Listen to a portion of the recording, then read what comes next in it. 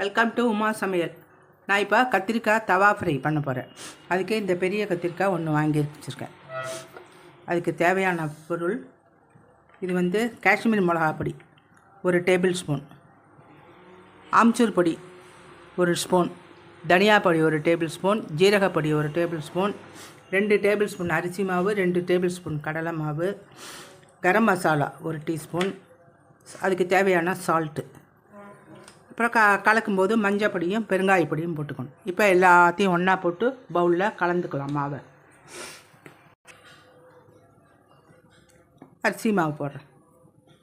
இந்த கடல மாவு மட்டும் கொஞ்சம் லேசாக சூடு பண்ணிட்டேன்.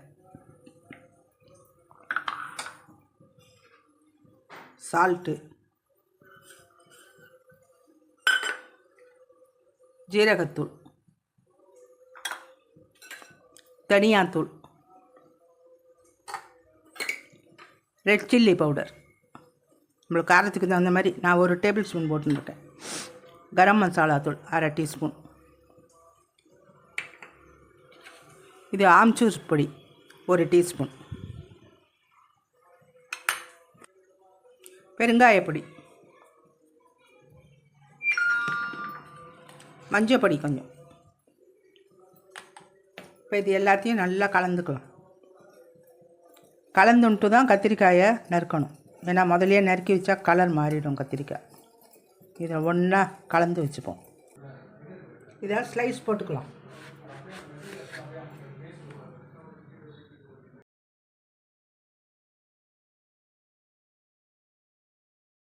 இதுமாரி திக்னஸ், ரொம்ப மெல்லிஸாக வேண்டாம், ரொம்ப திக்காக வேண்டாம். ரொம்ப மெல்லிஸாக இருந்தால் உடையும். இந்த சைஸுக்கு பண்ணால் போதும். இது எல்லாத்தையும் இந்த மாவில் நல்லா தடவி வச்சுக்கலாம். முதல்ல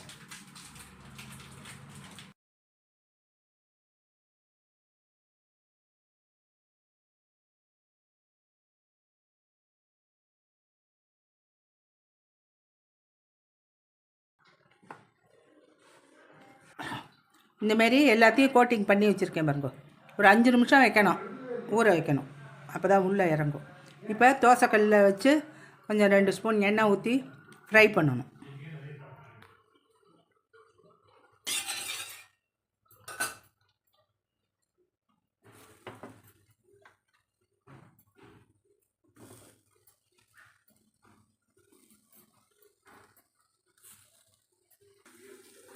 போட்டு 5 நிமிஷம் ஆகிட்டு எல்லாத்தையும் திருப்பிக்கலாம்.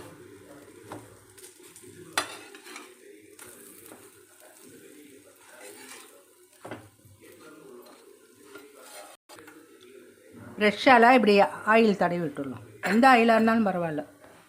ரிஃபைண்ட் ஆயில், கடலை எண்ணெய், உங்களுக்கு எது சௌகரியமோ இப்படி தடவிண்டா ஈவனாக வரும். அதில் படும்.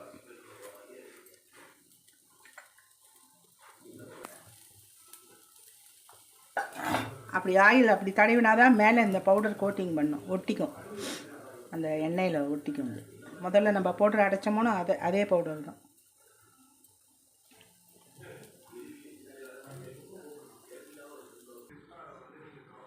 கத்திரிக்காய் ஃப்ரை ஆகிடுது, ரெடி ஆகிடுது பாருங்க. நல்லா ஸ்பாஞ்சு மாதிரி அமுங்குறது.